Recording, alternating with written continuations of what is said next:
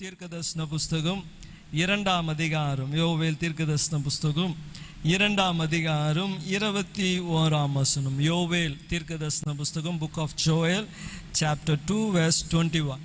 இவ்விதமாய் சொல்லப்படுகிறது: தேசமே பயப்படாதே, மகிழ்ந்து களிக்கூறு, கர்த்தர் பெரிய காரியங்களை செய்வார். ஹல்லேலூயா. Fear not, O land, be glad and rejoice, the Lord will do great things. தேவன் பெரிய காரியங்களை செய்வார்.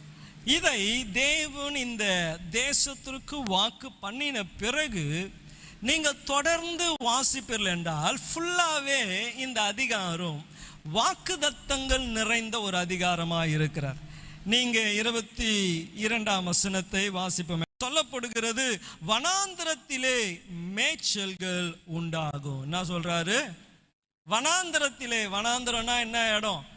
ஒன்றும் முளைக்காத இடம், ஒரு டெசர்ட் மாதிரி, ஒன்றும் இல்லாத இடம். இஸ்ரவேல் ஜனங்களுக்கு மோசேவின் மேலே கோபம் வர காரணம் அதுதான். கூட்டிக் கொண்டு போன இடம் வனாந்திரம். ஒண்ணுமே இல்லை, தண்ணி இல்லை, சாப்பாடு இல்லை, மிருக ஜீவன் இல்லை. அப்போ அவங்க குடும்பத்தை குறித்து, எதிர்காலத்தை குறித்து அவர்கள் நினைக்கும் போது மோசேவினால் அவ்வளோ எரிச்ச, வனாந்திரத்தில் கொண்டு வந்துட்டீரே எங்களை, இங்கே சாகவா, எகிப்திலேயே நாங்கள் நல்லா சாப்பிட்டுன்னு இருந்தோமே என்று சொல்லி. ஆனால் பயப்படாதீங்க, மகிழ்ந்து களிக்கூறு, காரணம் கர்த்தர். அவங்க சொல்றார் பாருங்க, என்ன பெரிய காரியம் என்றால், அவர் சொல்லுகிறார், வனாந்திரத்திலே மேய்ச்சல்கள் உண்டாகும். யாருடைய வனாந்திரம், யாருடைய வாழ்க்கை வனாந்திரமா இருக்குன்னு தெரியல. வனாந்திரம் என்றால் வழி அறியாத ஒரு இடம், வனாந்திரம் என்றால் செழிப்பில்லாத ஒரு இடம், வனாந்திரம் என்றால் எங்கே திரும்பி பார்த்தாலும் உதவிகளோ நம்ம நினைக்கிற காரியம் நடக்காத ஒரு இடம். ஆனால் இந்த மாதம் கர்த்தர் சொல்லுகிறார், நான் பெரிய காரியத்தை செய்வேன். காரணம், வனாந்திரத்திலே மாடுகள் மேயும், மனுஷர்கள் செழித்திருக்கிற ஒரு இடமா. 23ஆம் வசனம் சொல்லுகிறது பாருங்க, சீயோன் குமாரரே, உங்கள் தேவனாகிய கர்த்தருக்குள் மகிழ்ந்து களி கூறுங்கள், அவர் தக்கபடி உங்களுக்கு முன்மாரியை கொடுத்து, உங்களுக்கு முன்மாரியையும் பின்மாரியையும் ஏற்கனவே வர்ஷிக்க பண்ணுவார். ஹல்லேலூயா, ஹல்லேலூயா. பாருங்க, இந்த முன்மாரி ஒரு மழை, அப்போதான் லேண்டெல்லாம் அவங்க என்ன பண்ண முடியும்? பதம் பண்ண முடியும். பதம் பண்ணிட்டு ரெண்டாவது என்னது, அடுத்த ஒரு ரெய்னி சீசன் அவங்க அதை விதைக்க முடியும், தண்ணீரை சேமிக்க முடியும். அப்போதான் அறுவடை இருக்கும். இதில் ஒரு மாரி அல்லது ஒரு ரெயின் வரலன்னா கூட அவர்கள் இதில் என்ன பண்ண முடியாது, நல்ல அறுவடையை பெற முடியாது, நல்ல ஆசீர்வாதம் உண்டாகாது. விதைக்க கையில விதை இருக்கிறது, ஆனால் அந்த விதை என்ன பண்ணாது, பலனை கொடுக்காது. உழைக்கக்கூடிய பலன் இருக்கிறது, பணம் இருக்கிறது, நேரம் இருக்கிறது, ஆனால் அதை விதைத்து அறுக்கக்கூடிய நிலம் பக்குவமா இல்லவே இல்லை. விதைக்கிறோம், ஆனா அந்த ஹார்ட் ஒர்க் வேஸ்டா போயிடுது. ஏன்னா முன்மாரி இல்லை. விதைச்சிட்டோம், முன்மாரி இருந்தது, ஆனா அது வளர்ந்து கனி கொடுக்கல. அது ஒரு பாறையில விதைக்கப்பட்டதை போல இருக்கிறது. ஏன்னா பின்மாரி இல்லை. ஆனால் இங்கே தேவன் வாக்கு பண்ணுகிறார், கர்த்தர் பெரிய காரியங்களை செய்வா, மகிழ்ந்து களிக்கூறு. காரணம் என்னவென்றால், உங்களுக்கு முன்மாரியையும் பின்மாரியையும் ஏற்கனவே. பாருங்க, இந்த மே மாசத்திற்குன்னு அவர் ஏற்கனவே பிளான் பண்ணி இருக்கிறார். அதனால தான் ஆரம்பத்திலே சொல்லிட்டாரு, பயப்படாது. நான் சொல்லியிருக்கிறாரு, பயப்படாதே, மகிழ்ந்து களிக்கூறு, கர்த்தர் பெரிய காரியங்களை செய்வா. 25ஆம் வசனத்தை நான் வாசிக்கிறேன். நான் உங்களிடத்தில் அனுப்பின என் பெரிய சேனையாகிய வெட்டுக்கிளிகளும் பச்சை கிளிகளும் முசுக்கொட்டை பூச்சிகளும் பச்சை புழுக்களும் பட்சித்த வருஷங்களின் விளைவை உங்களுக்கு திரும்ப அளிப்பேன். ஹல்லேலூயா. அப்ப பாருங்க, கர்த்தர் சொல்லுகிறார், இத்தனை ஆண்டுகள் உங்களை பட்சித்த வருஷங்கள், உங்க சந்தோஷத்தை, உங்க சமாதானத்தை, உங்களுடைய நன்மைகளை பட்சித்த வருஷங்களின் விளைவுகளை எல்லாத்தையும் இந்த மாசத்துல என்ன பண்ண போறாரா? சேர்த்து கொடுக்க போகிறேன். ஹல்லேலூயா. விளைவுகளை உங்களுக்கு திரும்ப அளிப்பேன். விளைவுகளை என்னடா இவ்வளோ நாளும் பிரயாசப்பட்டோம், சம்பாதிக்கிறதெல்லாம் ஏதோ ஒரு வாட்டர் பாக்கெட்டில் போட்டது போல இருக்கிறது, எதையும் ஒன்று வாய்க்கலையே என்று சொல்லி பிரயாசப்பட்டு சோர்ந்து போன உங்களுக்கு கர்த்தர் சொல்லுகிறார், பட்சித்த வருஷங்களின் விளைவை உங்களுக்கு. ஆமாம், போன வருஷம் ஒன்றும் வரல, வெட்டுக்கிளி வந்து சாப்பிட்டு போயிடுச்சு. சரி, அடுத்ததுன்னு போட்டால் பச்சைக்கிளி வந்து சாப்பிட்டு போயிடுச்சு. அப்புறம் விதைச்சா முசுக்கொட்டை பூச்சி வந்து சாப்பிட்டு போயிடுச்சு. அப்புறம் பச்சை புழுக்கள் சாப்பிட்டு போயிடுச்சு. அப்போ எப்போ போட்டாலும் ஏதோ ஒன்று நஷ்டம் வந்துக்கினே இருக்கு. திரும்ப திரும்ப திரும்ப நஷ்டம். கர்த்தர் சொல்லுகிறா, அதெல்லாம் விடு, ஆனால் இனி வரப்போகிறது என்னன்னா, அந்த நாளத்தையும் சேர்த்து உனக்கு என்ன பண்ணிடுறேன், கொடுத்துட்றேன். ஹல்லேலூயா. ஆகவே பயப்படாதீங்க. எப்படி இருக்கணும்? மகிழ்ந்து களி கூறு, கர்த்தர் கர்த்தர் கர்த்தர். ஆமாம், கூட இன்னொரு வார்த்தை கூட சேர்த்தா நல்லா இருக்கும். கர்த்தர் எனக்கு பெரிய காரியங்களை செய்வார். ஹல்லேலூயா. கர்த்தர் எனக்கு பெரிய காரியங்களை செய்வார் என்ற வார்த்தை 26ஆம் வசனம் பாருங்க. இந்த மாதம் எல்லா வாக்குத்தத்தத்தையும் நீங்கள் இங்கே எழுதிடலாம் போல. இது வேற அதிகாரமே திருப்ப வேண்டியதில்லை, எல்லாமே இங்கே இருக்கு. 26 சொல்லுது பாருங்க, நீங்கள் சம்பூர்ணமாய் சாப்பிட்டு திருப்தி அடைந்து உங்களை அதிசயமாய் நடத்தி வந்த உங்கள் தேவனாகிய கர்த்தருடைய நாமத்தை துதிப்பீர்கள்.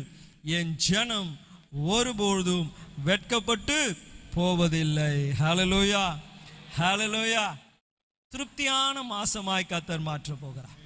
அப்ப நீங்க வாசிப்பீர்கள் என்றால் இந்த அதிகாரம் இப்படியே நம்ம சொல்லினே போலாம். நிறைய வாக்குத்தத்தங்கள். ஆனால் இந்த நிறைய வாக்குத்தத்தங்களை ஏன் தேவன் இந்த ஜனத்திற்கு கொடுத்தார்? கொடுக்கிறதுக்கு முன்பதாக தேவன் இவர்களிடத்திலே எதிர்பார்த்த ஒரு காரியம் இருக்கிறார். வாக்குத்தத்தம் கேட்டா நம்மளுக்கு எல்லாம் சந்தோஷம்ப்பா, கர்த்தர் பெரிய காரியங்களை செய்வா, வனாந்திரத்திலே மேய்ச்சலை உண்டாக்க போகிறா, அவர் நமக்கு முன்மாறிய பின்மாறிய கொடுக்க போகிறார். எல்லா வசனங்களும் நல்லா தான் இருக்கு. ஆனால் இந்த வாக்குத்தத்தங்களை தேவன் ஏன் இந்த ஜனங்களுக்கு நான் இப்படி செய்வேன் என்று சொல்ல காரணம், நீங்கள் வாசிப்பீர்கள் என்றால் 12ஆம் வசனத்திலே கர்த்தர் சொல்லுகிறார், ஆதலால் நீங்கள் இப்பொழுதே உபவாசத்தோடு அழுகையோடு புலம்பலோடு உங்கள் முழு இருதயத்தோடு என்னிடத்தில் திரும்புங்கள் என்று கர்த்தர் சொல்லுகிறார். நீங்கள் உங்கள் வஸ்திரங்களை அல்ல, உங்கள் இருதயங்களை கிழித்து உங்கள் தேவனாகிய கர்த்தரிடத்தில் திரும்புங்கள். அவர் இரக்கமும் மன உருக்கமும் நீடிய சாந்தமும் மிகுந்த கிருபையும் உள்ளவர். அவர் தீங்குக்கு மனஸ்தாபப்படுகிற தேவனாய் இருக்கிறார். ஹல்லேலூயா. 16ஆம் வசனம், ஜனங்களை கூட்டுங்கள், சபையை பரிசுத்தப்படுத்துங்கள், முதியோரை சேருங்கள், பிள்ளைகளையும் பால் உண்கின்ற குழந்தைகளையும் கூட்டுங்கள். மணவாளன் தன் அறையையும் மணவாட்டி தன் மறைவையும் விட்டு புறப்படுவார்களாக. கர்த்தரின் பணிவிடைக்காரராகிய ஆசாரியர்கள் மண்டபத்திற்கும் பலிபீடத்திற்கும் நடுவே அழுது, கர்த்தாவே, நீர் உமது ஜனத்தை தப்ப விட்டு புறஜாதிகள் அவர்களை பழிக்கும் நிந்தைக்கும் உமது சுதந்திரத்தை ஒப்புக்கூடாதீரும். உங்கள் தேவன் எங்கே என்று புறஜாதிகளுக்குள்ளே சொல்லப்படுவான் ஏன் என்பார்கள். அப்பொழுது கர்த்தர் தமது தேசத்திற்காய் வைராக்கியம் கொண்டு. அப்ப தேசத்திற்கு அல்லது உங்களுக்கு தேவன் வைராக்கியம் கொள்ளணும் என்றால் தேவன் வைக்கிற ஒரே ஒரு காரியம் என்னன்னா, உங்கள் முழு இருதயத்தோடு என்னிடத்திலே திரும்புங்க. உங்க முழு இருதயத்தோடு. இப்ப நீங்க எல்லாம் இங்க தான் பார்த்து நிற்கிறீங்க, ஆனா இங்க இருக்கிற எத்தனை பேரு தூங்கி இருக்கிறீங்கன்னு தெரியாது. இங்க இருக்கிற எத்தனை பேருக்கு உடம்பு மட்டும்தான் உள்ள இருக்கு, சிந்தனையெல்லாம் வெளியில இருக்குன்னு எனக்கு தெரியாது. எனக்கு உங்களெல்லாம் பார்த்தா சந்தோஷம்ப்பா, நல்லா கேட்குறாங்க, நல்லா தலையாட்டுறாங்க. ஒருவேளை காதில் ஹெட்ஃபோன் போட்டுக்கணும், முக்காடை போட்டுக்கணும், பாட்டுக்கு தலையாட்டுனுக்கிறீங்களோ என்னமோ. நம்மளுக்கு என்ன பண்ணல, இருதயத்தின் எண்ணம் நம்மளுக்கு தெரியவே தெரியும். ஆனால் இருதயத்தை அறிந்திருக்கிற ஒரு தேவன் இருக்கிறார், உள்ளங்களை பார்க்கிற ஒரு தேவன் இருக்கிறார். சாமுவேல் தீர்க்கதரிசியின் இடத்திலே கர்த்தர் சொல்லுகிறார், மனுஷனோ முகத்தை பார்க்கிறார், ஆனா உள்ளந்திரியங்களை அறிந்திருக்கிற தேவன் ஜனத்தை பார்த்து சொல்லுகிறார், நீங்கள் உபவாசத்தோடு அழுகையோடு கூட என்னிடத்திலே திரும்புங்கள் என்று கர்த்தர் சொல்லுகிறார். ஹல்லேலூயா. இன்னைக்கு இந்த உபவாச கூடுகையிலே இந்த மே மாசம் 1ஆம் தேதி சொல்லப்பட்ட இந்த வாக்குத்தத்தங்கள் எல்லாம் உங்கள் மேல் அப்படியே பொழிக்கும் இயேசுவின் நாமத்தினால. ஆனா நீங்க செய்ய வேண்டிய ஒரு காரியம் இருக்கு. கர்த்தரை தேடணும். ஆமா, முழு இருதயத்தோடு கர்த்தரை தேடணும். முழு இருதயத்தோடு. பாருங்க, இந்த முழு இருதயம் ஈஸியான வெளி தோற்றத்திலே கண்டுபிடிச்சிடலாம். எப்படி கண்டுபிடிச்சிடலாம்னா, ஒருவருடைய ஆக்ஷனை வைத்து அவர்களுடைய லவ் எப்படி இருக்குன்னு தெரியும். அப்படிதானே? வீட்டில் இருக்கிறவங்களாம் கூட நேசிக்கிறேன் நேசிக்கிறேன்னு சொல்லிட்டு, ஆனால் அவருடைய செயல்கள் நேசத்திற்கு ஏற்றதா இல்லைனாலே நம்ம என்ன பண்ணிடலாம்? ஆமா, இவரு சும்மா வாயில தான் வடை சுட்டுன்னு இருக்கிறாரு, ஆனா உண்மையான மனசுல யாரும் இல்லை, நம்ம இல்லை, ஒன்றும் கவலைப்படாதம்மா நான் பார்த்துக்கிறேன். ஆனா சொல்லி 10 நாள் ஆயிடுச்சு, இன்னொன்னா தான் இல்லை, சொன்னதை செய்யவே இல்லை. திருப்பி வந்து கேட்டா சொல்றாரு, பார்த்துடலாம். அப்ப உண்மையான அன்பு இருந்தால் அதை செய்ய எடுக்க வேண்டிய முயற்சி இவர் என்ன பண்றது இல்லை, செய்யறதே இல்லை. அப்ப action can show what is in your heart. உங்க இருதயத்தில் என்ன இருக்கிறது என்பதை உங்கள் செயல் வெளிப்படுத்தும். ஆகவே தான் இயேசு சீஷர்களை பார்த்து சொல்லுகிறார், என்னில் அன்பாயிருந்தால் என் கற்பனைகளை கை கொள்வாயாக. If you love me obey my command. அப்ப இந்த கிரியைகளை நீ செய்யும் பொழுது தேவனுக்கு தெரியும், என்ன தெரியும்? ஆமா, உண்மையாகவே இவருக்கு என் மேல அன்பு இருக்கு, உண்மையாகவே இவர் என்ன நேசிக்கிறாரு. அதை எப்பொழுது தெரிந்து கொள்வா? பாருங்க, உங்களுக்கு தெரிஞ்ச சம்பவம் தான் ஆதியாகமம் 22ஆம் அதிகாரம். ஆபிரகாமை தேவன் சோதித்தறிகிறார். அவர் சொல்லுகிறார், உன்னுடைய குமாரன், நீ நேசிக்கிறவன், ஏக சுதன், அவனை எனக்காக நீ என்ன பண்ணு, பலி செலுத்து. பலி செலுத்துன்னா வெட்டணும். வெட்டுறதே, பிள்ளைய வெட்டுறதுன்னா எப்படி இருக்கும் யோசிப்பாங்க. வெட்டுறது மாத்திரம் இல்ல, கொளுத்தணும். ரெண்டுமே என்னது, செய்யக்கூடாத ஒரு கொடூரமான காரியம். ஆனால் கொடூரமான காரியத்தை யார் செய்ய சொல்றாரு? பிள்ளைக்கு செய்ய சொல்றாரு. பிள்ளைய கையை காலை கட்டி வெட்டி அவனை அக்னினால சுட்டு எரிக்கணும்னா எப்படிப்பட்ட ஒரு ஆக்ஷன் அது. ஆனால் இவன் இதை செய்ய துணிஞ்சிட்டான். ஆபிரகாம் என்ன பண்றாரு, இதை செய்ய அவரு துணிஞ்சிட்டார். அவரு தன் பையனை கூப்பிட்டாரு, வேலைக்காரனை கூப்பிட்டாரு, விறகு எடுத்தாரு, நெருப்பு எடுத்தாரு, கத்தி எடுத்தாரு, கிளம்பி போயினே இருக்கிறார். குறிக்கப்பட்ட இடத்திற்கு போக 3 நாள் ஆயிடுச்சு. 3 நாள் கூட அவருக்கு என்ன பண்ணல, மனசு மாறவே இல்லை. நேரா போறார்.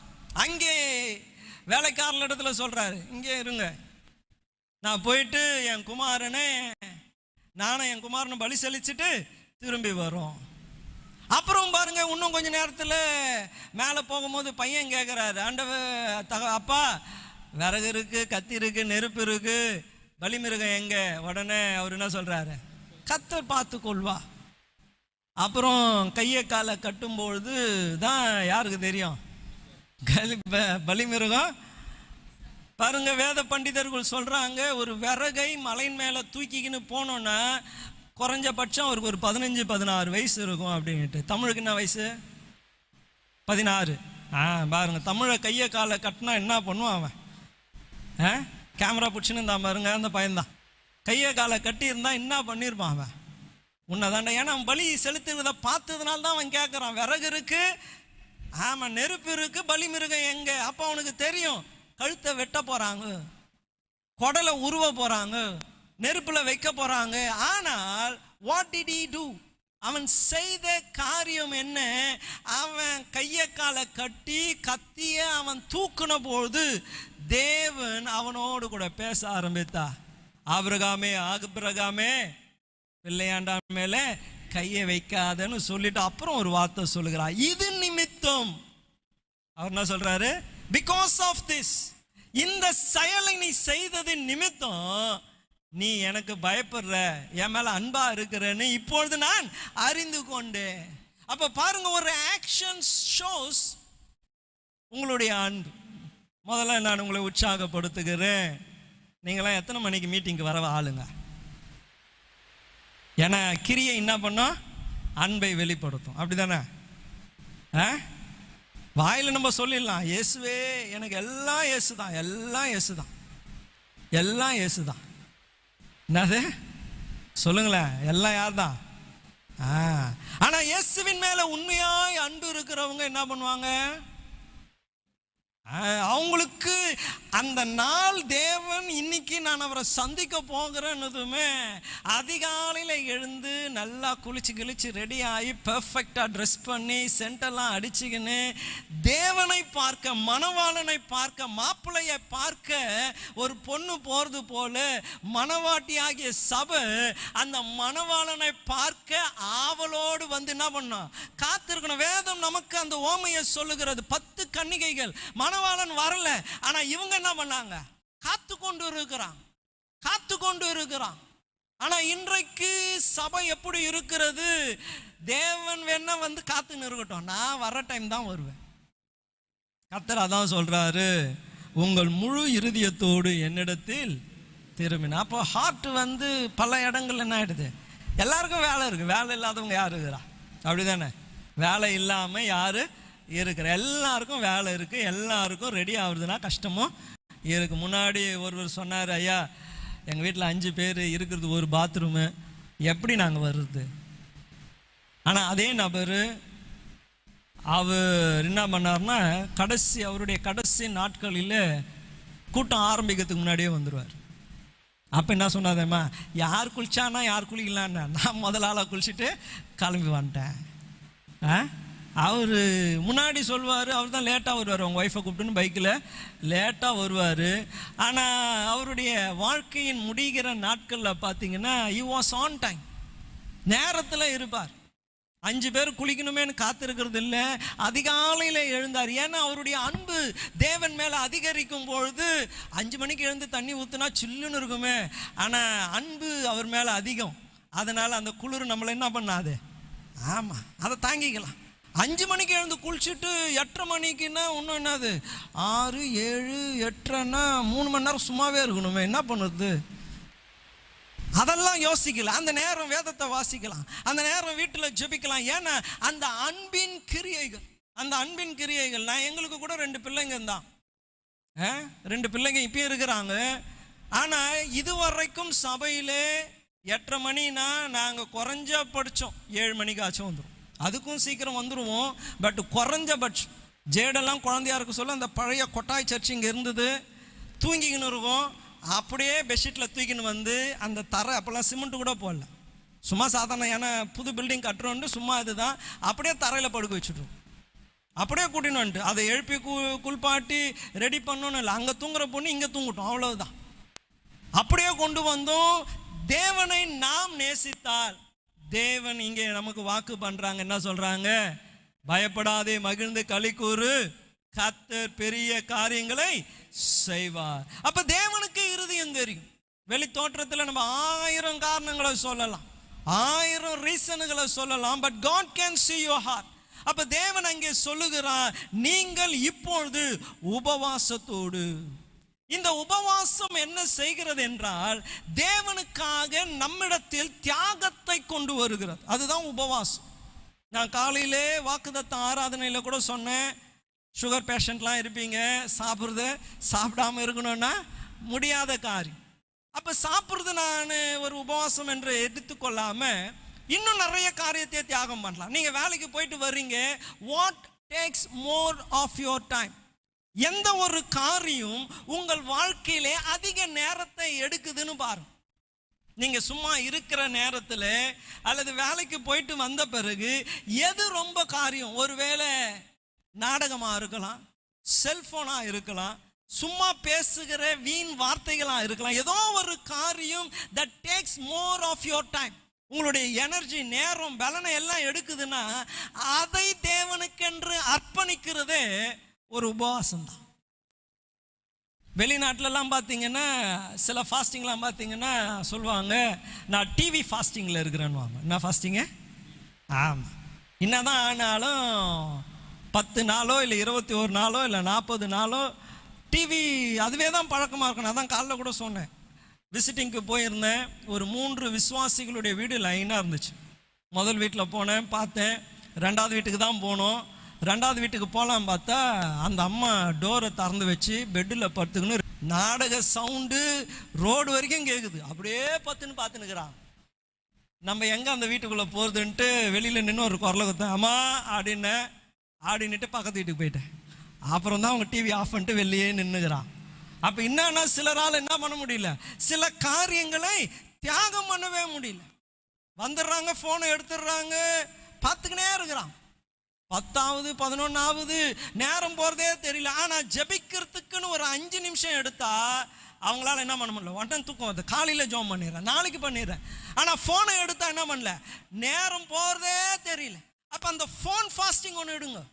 என்னது இது, நடாது இந்த சர்ச்சில் புது ஃபாஸ்டிங்லாம் சொல்லி கொடுக்குறாங்க. ஃபோனை எடுக்காமல் இருங்க. வந்தால் ஒரு முக்கியமான கால் மட்டும் அட்டெண்ட் பண்ணுங்க. யூடியூபோ ஃபேஸ்புக்கோ வாட்ஸ்அப்போ எந்த செய்தியும் நான் பார்க்க மாட்டேன். அப்போ தேவனுக்கென்று உங்களிடத்திலே இருந்து ஒரு தியாகம் வந்தால்தான் நீங்க தேவனை சார்ந்து இருக்கிற ஒரு அனுபவத்திற்குள்ளே வர முடியும். அந்த தியாகம் உங்களுக்கு நினைப்பூட்டி கொண்டே இருக்கும். நீ உபவாசத்தில் இருக்கிற, ஏன் ஃபோன் எடுக்கல, நீ உபவாசத்தில் இருக்கிற, ஏன் சாப்பிடல, நீ உபவாசத்தில் இருக்கிற, தேவனோடு கூட சேரும்படியா. அப்ப அந்த தியாகம் உங்களுக்கு என்ன பண்ணும், இட் வில் ரிமைண்ட் யூ, நீ தேவனோட சேரணும், நீ இன்னும் ஜெபம் பண்ணணும், இன்னும் வேதம் வாசிக்கணும். அது உங்களுக்கு ஞாபகப்படுத்தும். நான் காலைல கூட சொன்னேன், ஒரு முறை நான் எப்பயுமே உபவாசம் இருந்தால் அப்படியே 3 வேளையும் தான் சாப்பிடாம இருப்பேன். ஆனால் ஒரு முறை நான் யோசித்தேன், இந்த நைட்டு மட்டும் சாப்பிட்டுடலாம், காலையிலலாம் காலை மதியானம் உபவாசம், நைட்டு சாப்பிட்டுலான்னு. காலைல அந்த உபவாசம்னதுமே ஒரு பசி வந்துடும் தெரியுங்களா. அது வரைக்கும் சாப்பிடாம இருந்தால் நம்மளுக்கு தெரியவே தெரியாது. காலைல சாப்பிடல, மதியானமும் சாப்பிடல, 5 மணி ஆனதும் அப்படியே பசினாது, அப்படியே வயிறு அப்படியே பிடிச்சி இழுக்குது. 6 மணி ஆனது தான் சாப்பாடை போட்டு காலைல விட்ட ஃபாஸ்டிங்க்கும் சேர்த்து என்ன பண்ணியாச்சு, சரியான சாப்பாடு அப்படியே சாப்பிட்டு ஏப்பம் விட்டு வயிறு நிறைஞ்சிச்சு. அத்தனை நாள் இனி நம்மளுக்கு அதுவே என்ன ஆயிடுச்சு, காலையிலுக்கும் மதியானத்துக்கும் சேர்த்த நைட்டு சாப்பிட்டாச்சு. அப்போ அது உபவாசம் இல்லை, அது நம்ம இடத்துல ஒரு தியாகத்தை கொண்டு வரணும், ஒரு சாக்ரிஃபைஸ் இருக்கணும். நீ தேவனோடு கூட இணைந்து இருக்கிற என்று சொல்லி நான் இதோடு கூட என் வார்த்தையை நான் முடிக்கிறேன். ஆதலால் நீங்கள் இப்பொழுது உபவாசத்தோடு அழுகையோடு புலம்பலோடு உங்கள் முழு இருதயத்தோடு என்னிடத்தில் திரும்புங்கள் என்று கர்த்தர் சொல்லுகிறார்.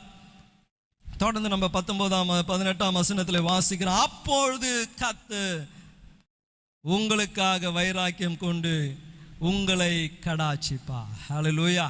தேவன் சொல்லுகிறார், பயப்படாதே, மகிழ்ந்து களிக்கூறு, கர்த்தர் பெரிய காரியங்களை செய்வார். யாருக்கு செய்வார்? உபவாசத்தோடு அழுகையோடு புலம்பலோடு தங்கள் முழு இருதயத்தோடு கர்த்தரை தேடுகிறவர்களுக்கு கர்த்தர் பெரிய காரியங்களை செய்வார். முன்மாறியும் பின்மாறியும் கர்த்தர் கட்டளையிடுவார். வனாந்திரத்திலே அவர்களை போஷிப்பார். அவர்களுக்கு பட்சித்த வருஷங்களுக்கு ஈடான நாட்களை அவர் திரும்ப அளிப்பார். சம்பூர்ணமாய் சாப்பிட்டு திருப்தி அடைய செய்வார். யாருக்கு? கர்த்தரிடத்திலே முழு இருதயத்தோடு தேடுகிறவர்களுக்கு.